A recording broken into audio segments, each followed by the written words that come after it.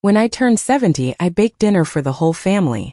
I set the table for 8 people, lit the candles, took the apple pie out of the oven, and waited until every candle burned down to melted wax. No one came. I'm Lorelei Bennett, and until that night, I still believed love could hold a family together if you gave enough of yourself. I spent 3 days preparing for that birthday dinner. At my age, standing in the kitchen for hours made my knees ache and my lower back throb, but I didn't care. Daniel always loved my rosemary chicken. Chloe liked the homemade dinner rolls brushed with butter. Mason used to beg for my peach cobbler every summer when he was little. Even Vanessa had once complimented my sweet potato casserole, though compliments from her had become rare over the years. That Thursday morning, I woke up before sunrise and drove 20 minutes to Miller's Market with a handwritten grocery list folded inside my purse. I bought fresh herbs, heavy cream, Yukon Gold potatoes, and a small bouquet of white daisies for the center of the table. The cashier smiled when she noticed the birthday candles tucked beside my groceries. "Big celebration tonight?" she asked. I smiled back and nodded. "Family dinner," I told her. "I'm turning 70 today." She wished me a happy birthday, and for a moment I felt warm inside. The kind of warmth that comes from believing you still matter to people. Back home, I spent the afternoon cleaning the house even though nobody ever noticed anymore. I polished the silverware my late husband Walter bought during our 25th anniversary trip to Vermont. I unfolded the cream linen tablecloth reserved for holidays and birthdays. Around 4 o'clock, I changed into a soft blue sweater Walter once said brought out my eyes.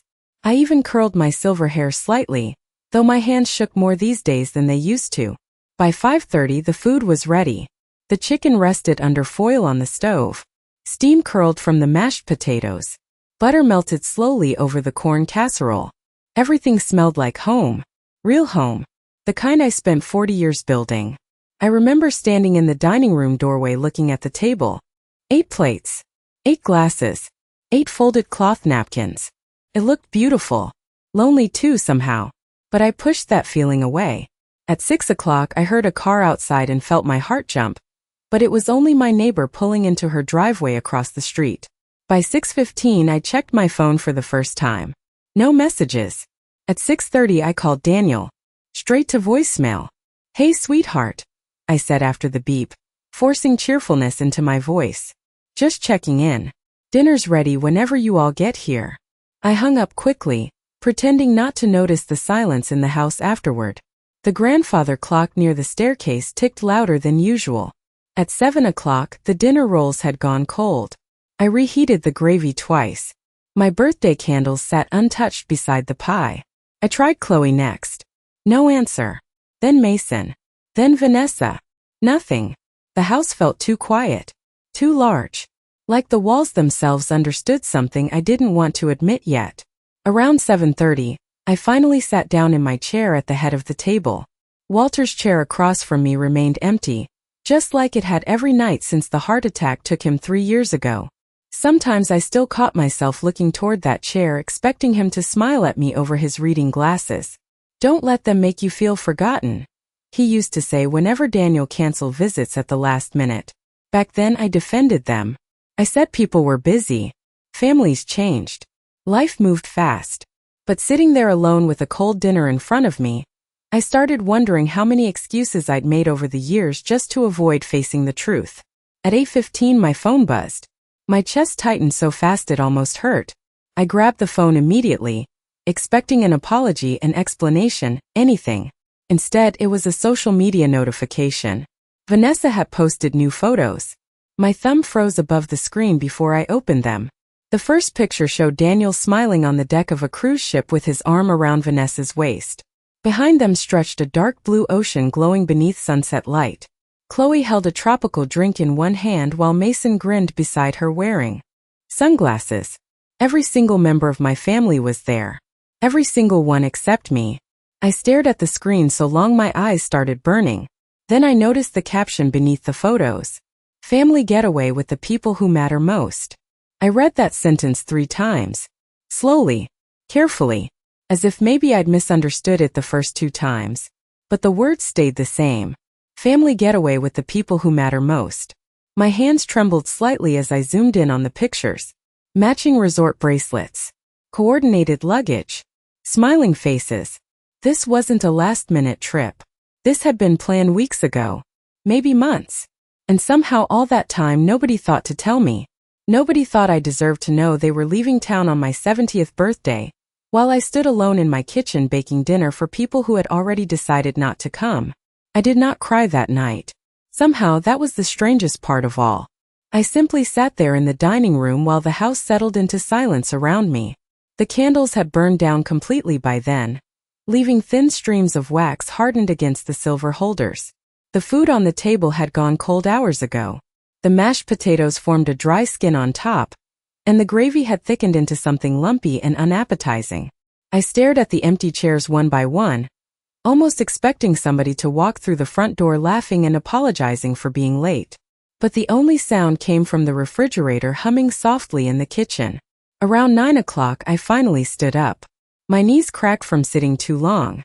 I carried the untouched dinner into the kitchen slowly, one dish at a time. The rosemary chicken felt heavy in my hands.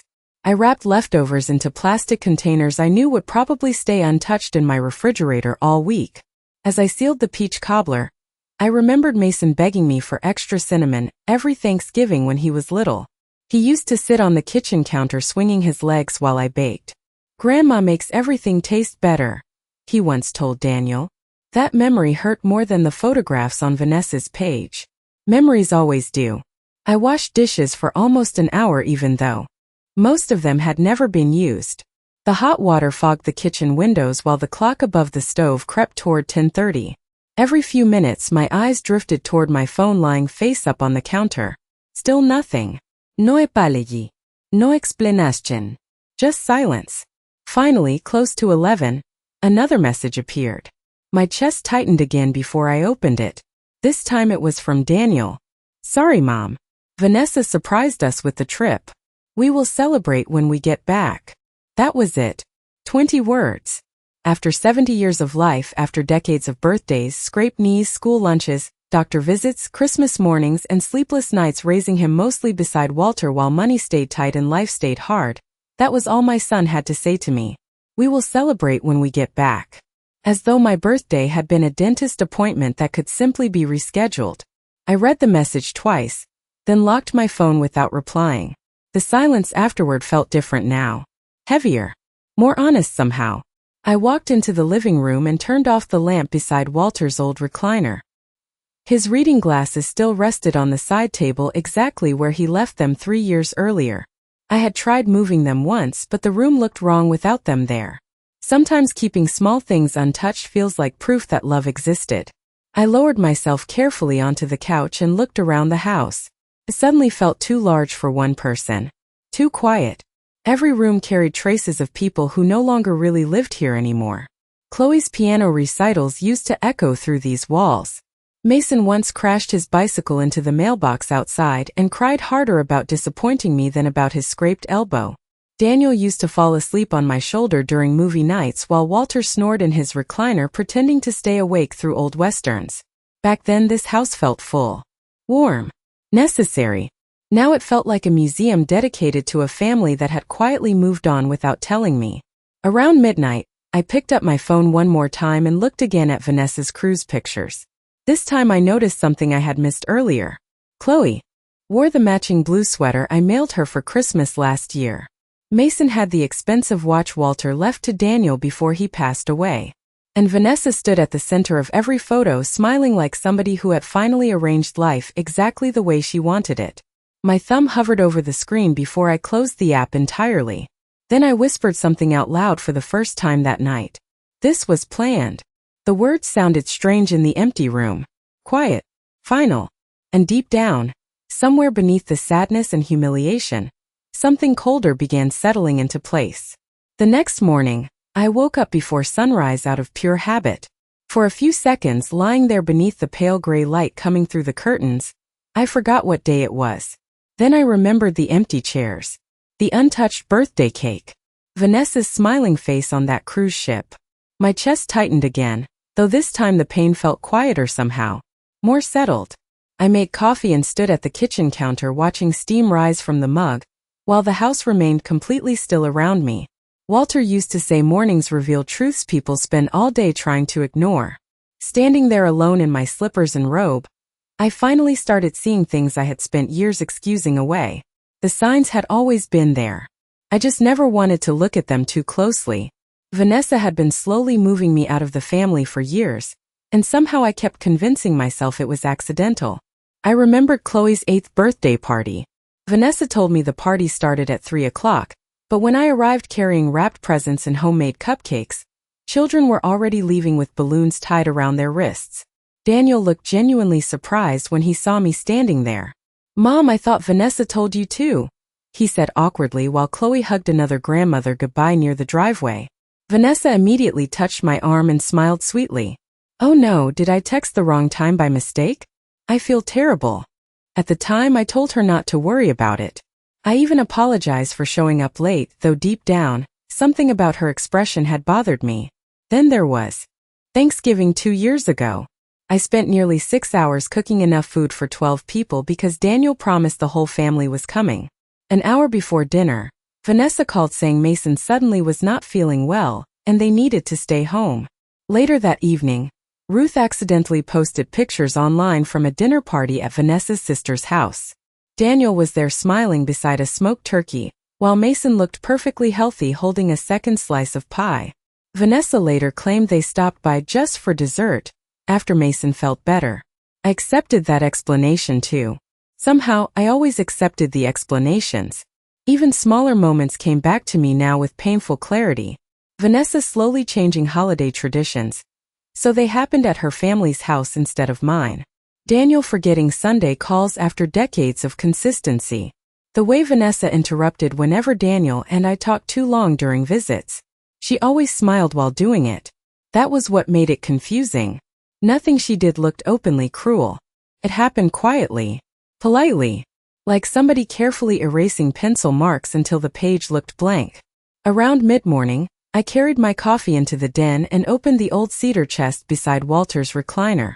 Inside were photo albums, birthday cards, and stacks of school drawings Daniel made as a child. I sat on the floor flipping through pages slowly. There was Daniel at 6 years old missing his front teeth while holding up a baseball trophy. Daniel at 16 hugging me after getting his driver's license. Daniel standing beside Walter on graduation day looking proud and nervous in his blue cap and gown. In every picture he looked at me like I mattered. I stared at those photographs for a long time trying to figure out exactly when that changed. Or maybe the harder truth was that it changed so gradually I never noticed until I became unnecessary. My phone buzzed suddenly beside me, making me jump slightly. It was a group message from Vanessa sent to several relatives. "We are having the best time. Cannot wait to share more memories with everyone when we get back." Attached beneath the message was another photo of the cruise ship dining hall glowing with golden lights. Daniel sat beside her smiling into the camera while Chloe and Mason raised fancy glasses filled with sparkling cider. I noticed something else this time too. Vanessa had tagged every family member in the photo except me. I looked at the screen for several quiet seconds before locking the phone again. Then I whispered something Walter once told me many years ago after a business partner betrayed him. People reveal themselves in patterns, not moments.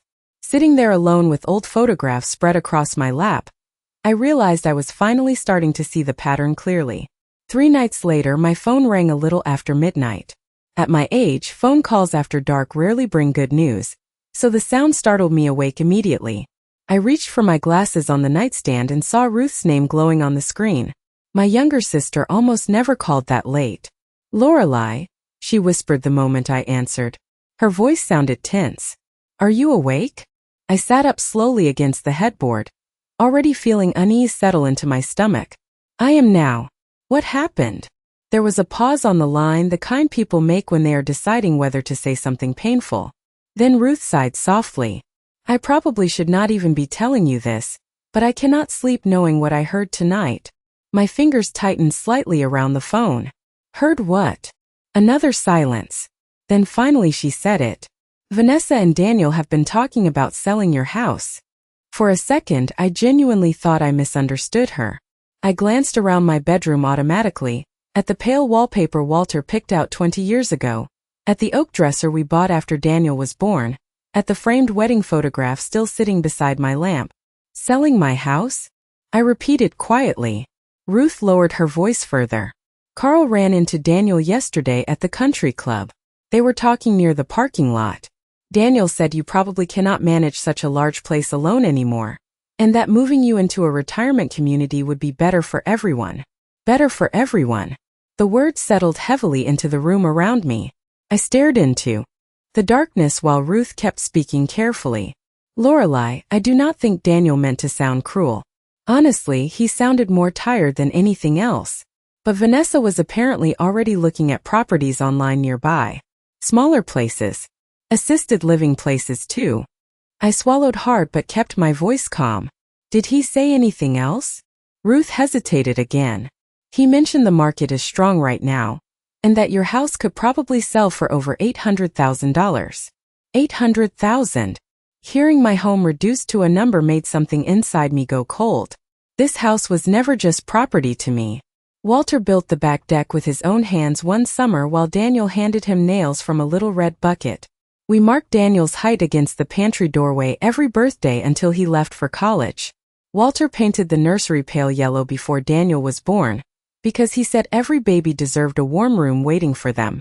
Every inch of that house carried pieces of our lives inside it. Lorelei, Ruth asked gently after a long silence. Are you there? I am here, I said quietly. I am just thinking. Ruth exhaled softly. I know this is painful.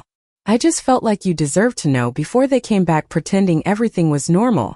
After we hung up, I remained sitting in bed for a long time holding the silent phone in my lap. Outside, rain tapped lightly against the windows. The digital clock beside me glowed 12:47 in pale blue numbers. Sleep no longer felt possible. I walked downstairs and turned on the kitchen light. The house looked different now somehow. Not comforting anymore. Vulnerable. Like I was standing inside something people had already begun planning to take away from me. I poured myself a glass of water but barely drank it. Instead, I stood by the sink staring out at the dark backyard where Walter once taught Daniel how to throw a baseball. I remembered Walter warning me years ago after Vanessa first entered the family. She is very polished, he said quietly one night after dinner. But polished people are not always warm people. At the time, I defended her immediately. I said she was ambitious, organized, modern. Walter never argued after that, but sometimes I caught him watching Vanessa with a look I only now understood. Around 2 in the morning, I finally walked into Walter's old study. Most of his things remained exactly where he left them. His leather chair sat near the bookshelf. His reading lamp still leaned slightly crooked. I opened the bottom drawer of his desk searching for nothing in particular, just needing to feel close to somebody who once protected me from the world. Inside lay old insurance papers, birthday cards, and folders filled with documents. Then I noticed a cream-colored envelope tucked beneath one of the folders with my name, written across the front in Walter's handwriting. My breath caught slightly as I picked it up. My hands trembled slightly as I turned the envelope over beneath the dim light of Walter's desk lamp. The paper looked old but carefully preserved, the edges still crisp despite the years. Walter had always been organized. Every document labeled. Every bill filed neatly. Even after his death, parts of him still lingered in this house through small habits frozen in place. I sat down slowly in his leather chair and stared at my name written across the front in his familiar handwriting. Lorelei. Just seeing it written by him again made my chest ache. For a moment, I could almost hear his voice calling from the kitchen asking if I wanted more coffee. I opened the envelope carefully. Inside was a folded letter dated almost 6 months before his heart attack. I recognized immediately that this was not meant to be part of his official paperwork. This was personal, intimate. Walter's words had always been direct, even after 43 years of marriage. My dearest Lorelei, the letter began. If you are reading this, then I am no longer there to say these things out loud. I pressed my lips together hard before continuing. The room felt painfully quiet around me. First, I need you to remember something very important. You spent your life taking care of everyone else. Our son, me, this family. You gave people comfort so naturally that most of them stopped noticing how much you sacrificed to create it. I stopped reading for a second because tears blurred the words. Walter was not a sentimental man. In all our years together, He rarely spoke openly about emotions, but when he did, every word mattered. I wiped my eyes carefully and kept reading. There is something else I need you to understand. Love should never make you feel invisible. The people who truly care for you will not treat your kindness like an obligation. And anyone who makes you feel like a burden after everything you have done does not deserve your guilt. My breathing slowed as I stared at that sentence. Does not deserve your guilt. I read those words 3 times. Slowly, almost like my heart needed extra time to absorb them. Then came the line that stayed with me most. If the day ever comes when you realize people are staying close only because they expect something from you, choose your dignity over their approval. The house remained silent except for rain tapping softly outside the windows. Somewhere upstairs, the old pipes creaked gently. I sat there holding Walter's letter against my chest while memories moved through my mind one after another. Daniel calling less after Vanessa entered the family. Vanessa subtly taking control of every holiday gathering. The way conversations always shifted whenever finances came up. The increasing pressure for me to simplify my life after Walter died. Suddenly, pieces that once seemed harmless no longer looked harmless at all. Near the bottom of the letter, Walter mentioned Martin Doyle, the attorney who handled most of our estate planning years ago. Martin knows where everything is, Walter wrote. If you ever feel uncertain, trust him before you trust anyone else. I glanced instinctively toward the framed family photo sitting on Walter's bookshelf. Daniel stood beside Vanessa smiling confidently while Chloe and Mason leaned against them wearing matching Christmas pajamas. Looking at that picture now felt strange. Like staring at actors playing a family instead of my real one. Around dawn, I finally folded the letter carefully and slipped it back into the envelope. But something inside me had shifted during those quiet hours in Walter's study. The sadness was still there. The loneliness too. But underneath both, something colder and steadier had begun taking shape. Clarity. By 8 o'clock that morning, I was dressed and sitting at the kitchen table with a legal pad beside my coffee mug. For the first time in years, I started writing down questions instead of excuses. Questions about the house. Questions about Walter's estate. Questions about why Daniel suddenly seemed so interested in where I might live. My phone buzzed briefly with another cruise photo notification from Vanessa. I did not open it this time. Instead, I reached for the business card tucked inside Walter's desk drawer and dialed the number printed beneath Martin Doyle's name. The receptionist answered warmly after the second ring. Doyle and Associates. How may I help you? I looked around my quiet kitchen one last time before speaking. This is Lorelei Bennett, I said calmly. I would like to schedule an appointment regarding my estate. Martin Doyle's office looked exactly the same as it had 10 years earlier when Walter and I updated our wills together. Dark wood shelves lined the walls. Leather chairs sat neatly arranged beside a small table covered with business magazines nobody actually read. Even the receptionist, Diane, still wore the same gentle smile that made nervous people feel calmer the moment they walked in. Mrs. Bennett, she said warmly as I entered. It is good to see you again. I smiled politely and thanked her, though my stomach remained tight beneath my coat. The rain had finally stopped outside, leaving the sidewalks wet and shining beneath a pale morning sun. I had barely slept the night before. Walter's letter stayed folded carefully inside my purse like something fragile and sacred. Martin came out to greet me personally a few minutes later. He looked older than I remembered, his hair nearly white now, but his steady eyes remained sharp behind his glasses. Lorelei, he said softly, shaking my hand with genuine warmth. I was sorry to hear about your birthday. The fact that he somehow already knew embarrassed me more than I expected. I lowered my eyes briefly. News travels quickly in small towns. Martin nodded once, not pressing. Further, he guided me into his office and closed the door quietly behind us. For the first few minutes we discussed ordinary things. My health. The house. How difficult the past 3 years had been since Walter's passing. But eventually Martin folded his hands together across the desk and looked directly at me. Tell me honestly, he said gently. Why are you really here today? I took a slow breath before answering. I think my son and daughter-in-law have plans for my life that do not include asking what I want. Martin remained silent, allowing the words room to settle. So I told him everything. The empty birthday dinner. The cruise photos. Ruth's late-night phone call. Daniel discussing retirement communities and selling the house. I even handed Martin Walter's letter. He read it carefully without interruption. When he finished, he removed his glasses slowly and sighed. Walter worried about this, he admitted quietly. I stared at him. What do you mean? Martin leaned back in his chair thoughtfully. About a year before he passed, Walter asked several questions regarding asset protection and ownership rights involving surviving spouses.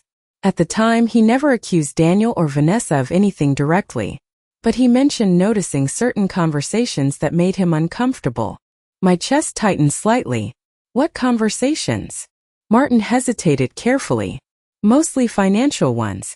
Vanessa frequently asked detailed questions about the house, your accounts, future inheritance matters.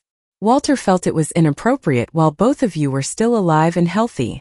I looked down at my hands resting in my lap. Somehow hearing that hurt almost as much as the birthday itself. Walter saw the warning signs before I did. There is something else you should know, Martin continued gently. He opened a file drawer beside his desk and removed several documents neatly clipped together.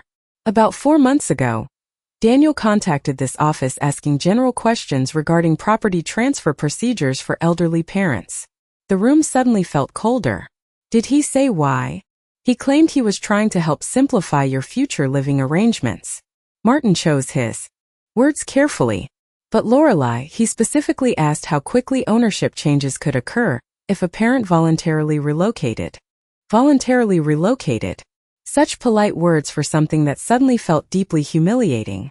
I stared toward the office window where rainwater still clung to the glass in tiny silver drops. For years, I kept believing Daniel simply became distracted by marriage and work and children. But sitting there in Martin's office, listening to these quiet facts lined up one beside another, I finally understood something painful. This had never been sudden. It had been gradual, deliberate, planned carefully enough that I would hopefully never notice until everything was already decided for me. Martin watched me closely for a long moment before speaking again. Lorelei, you are not obligated to make yourself smaller simply because other people are impatient with your existence. Walter would have said something very similar. That realization steadied me unexpectedly. I lifted my eyes toward Martin and asked the question that had quietly formed in my mind all morning. What options do I have? For the first time since my 70th birthday dinner, I felt something shift completely inside me. Not anger. Not revenge. Something calmer than that. The sudden understanding that I did not need permission from anyone to protect the life Walter and I built together. Daniel and Vanessa returned from their cruise the following Sunday afternoon. I knew because their SUV pulled into my driveway just after 3 o'clock, loud enough to rattle the old kitchen windows slightly. I was standing at the counter slicing apples for a pie when I saw them through the curtains. Vanessa stepped out first wearing oversized sunglasses and a cream-colored sweater that probably cost more than my monthly grocery bill. Daniel followed carrying souvenir bags while Mason and Chloe argued playfully in the back seat. For a brief moment, watching them laugh together almost made me forget everything. Almost. Then I remembered the empty birthday table. The untouched candles. The sentence beneath Vanessa's photograph. Family getaway with the people who matter most. I wiped my hands slowly on a dish towel before opening the front door. Mom, Daniel said brightly, walking up the porch steps with his arms open like nothing unusual had happened. He hugged me quickly, distracted already. Vanessa followed behind him smiling with polished warmth. Lorelei, you look wonderful, she said smoothly before handing me a small gift bag decorated with seashells. We brought you something from Nassau. I accepted the bag politely. Inside sat a refrigerator magnet shaped like a palm tree, and a tiny packet of caramel candies already melted together from the heat. Somehow the cheapness of it hurt more than if they had brought nothing at all. You should have answered your phone, Chloe said innocently while stepping into the house. Dad said you were upset. Vanessa's smile tightened almost invisibly before she touched Chloe lightly on the shoulder. Sweetheart, Grandma understands plans sometimes change unexpectedly. Unexpectedly. I nearly admired how naturally the lie came to her now. Daniel wandered into the kitchen sniffing the air. Apple pie? He asked with a grin. I have missed your baking all week. The words settled strangely between us. All week. as though he had not knowingly left me sitting alone on my 70th birthday, while posting smiling vacation photographs online. But I simply nodded and continued slicing apples. Something inside me had changed during the days they were gone. I no longer felt desperate for explanations. That desperation had quietly died somewhere between Walter's letter and Martin's office. We sat in the living room afterward while Vanessa enthusiastically described beaches, shopping markets, and sunset dinners aboard the cruise ship. She spoke the way people do when they expect admiration automatically. Daniel occasionally glanced toward me with what looked almost like guilt, though he never directly mentioned my birthday. Not once. Eventually Vanessa crossed one elegant leg over the other and sighed dramatically. Honestly, the trip made me realize how important it is to simplify life as we get older, she said casually. There were several lovely retirement communities near the coast we passed during one excursion. Some of them looked more like resorts than assisted living. There it was. Calm, polite, carefully placed into conversation like bait dropped gently into water. I kept my eyes on my coffee cup. I like my home, I said simply. Vanessa laughed softly as though I were being sentimental instead of serious. Of course you do. But maintaining such a large property alone must be exhausting at your age. Daniel cleared his throat quietly beside her. Vanessa is just worried about you, Mom. Worried. That word almost made me smile. People who truly worry about you do not abandon you on milestone birthdays. They do not quietly discuss selling your home behind your back, while you are still alive and capable of making your own decisions. But instead of arguing, I took a slow sip of coffee and let silence stretch across the room. It unsettled them more than anger would have. Vanessa shifted slightly in her seat before forcing another bright smile. Actually, she said carefully, Daniel and I found a wonderful senior community only 15 minutes away. They even have gardening clubs and shuttle services. I looked directly at her for the first time all afternoon. Really looked at her. The polished hair. The perfect posture. The carefully measured concern in her voice. Then I noticed something underneath it all for the very first time. Impatience. She was tired of waiting for me to step aside voluntarily. That sounds lovely, I said calmly. You should send me the information. Vanessa blinked slightly, clearly surprised by how easily I agreed. Daniel looked relieved almost immediately. Neither of them noticed the quiet shift happening beneath the surface of that conversation. For years they believed kindness made me weak. They were about to learn the difference between weakness and patience. 2 days later I called Daniel and asked if he and Vanessa could meet me Friday morning at Martin Doyle's office. I kept my voice calm and casual on the phone. There are a few estate matters I want to organize, I explained. The silence on the other end lasted only half a second before Daniel answered too quickly. Of course, Mom. Whatever you need. I could almost hear Vanessa listening nearby. Friday arrived gray and cool, with low clouds hanging over town and damp wind rattling the tree branches outside my bedroom window. I dressed carefully that morning in a navy wool coat Walter always liked on me. Not because I wanted to impress anyone. Because I wanted to remember who I was before grief and loneliness made me smaller. By 10 o'clock, I was sitting inside Martin's office again while Daniel and Vanessa arrived together carrying matching coffee cups. Vanessa smiled warmly the moment she saw me. Lorelei, you look beautiful today, she said smoothly. I thanked her politely. Daniel kissed my cheek before sitting beside her at the conference table. He looked nervous but hopeful somehow. Almost eager. Martin entered carrying a thick folder beneath one arm and greeted everyone professionally before taking his seat across from us. Mrs. Bennet recently requested several updates regarding her estate planning, he began calmly. Vanessa folded her hands neatly in her lap while Daniel leaned forward slightly. I noticed the subtle excitement in both of them immediately. They thought this meeting was the beginning of their future. Martin continued speaking in that steady attorney voice people use when discussing life-changing things without emotion. After careful review, Mrs. Bennet has decided to restructure the majority of her assets and property holdings. Daniel glanced quickly toward me with visible relief. Vanessa lowered her eyes modestly, but I caught the small smile touching the corners of her mouth. Then Martin opened the folder. The Bennet residence, he continued, will remain entirely under Mrs. Bennet's sole ownership for the duration of her lifetime. Upon her passing, The property will be sold and the proceeds directed into the newly established Walter and Lorelei Bennett Community Scholarship Foundation.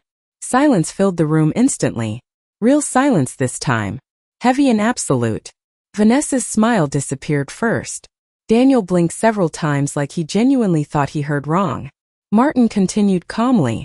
Additionally, several investment accounts have also been reassigned to charitable education initiatives and local veteran support programs specified personally by Mrs. Bennett. Daniel finally spoke. Wait. What?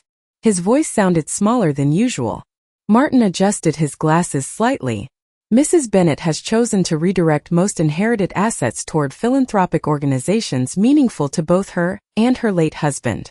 Vanessa straightened abruptly in her chair. I do not understand, she said carefully, though tension sharpened every word now. Surely Daniel is still receiving the family home eventually. Martin folded his hands together.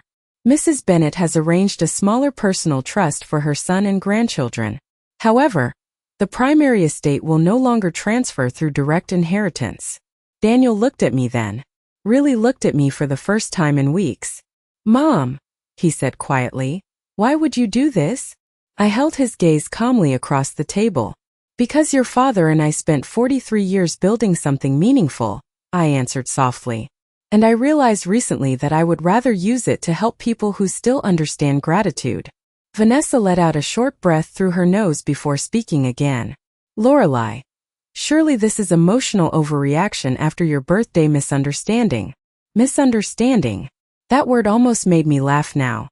No, I said quietly. A misunderstanding happens once. Patterns happen slowly. Daniel lowered his eyes toward the table. His face had gone pale with embarrassment or disappointment. Maybe both. For a long moment nobody spoke. The ticking clock on Martin's bookshelf suddenly sounded unusually loud in the silence.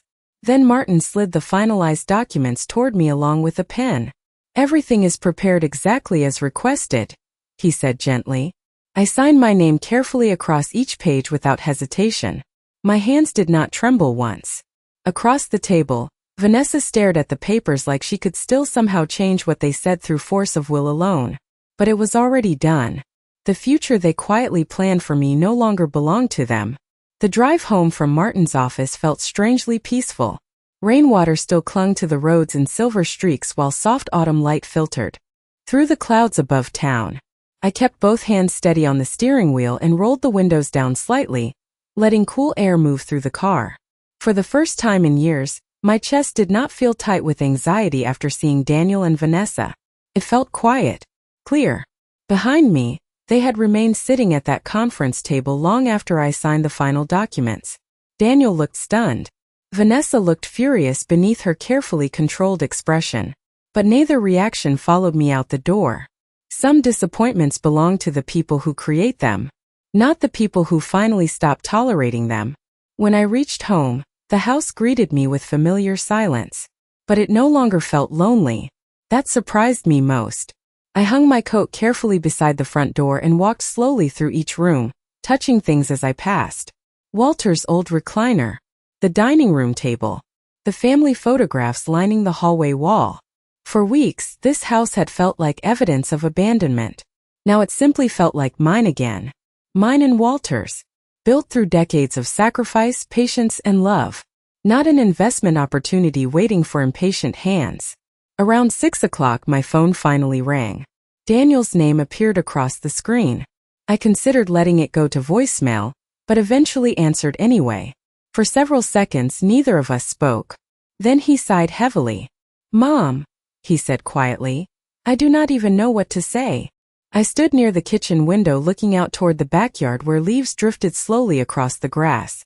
Then maybe this is one of those moments where listening matters more than speaking, I answered calmly. Another long silence followed. When Daniel spoke again, his voice sounded smaller somehow. Younger. I never meant for you to feel unwanted. The sentence settled gently into the quiet kitchen.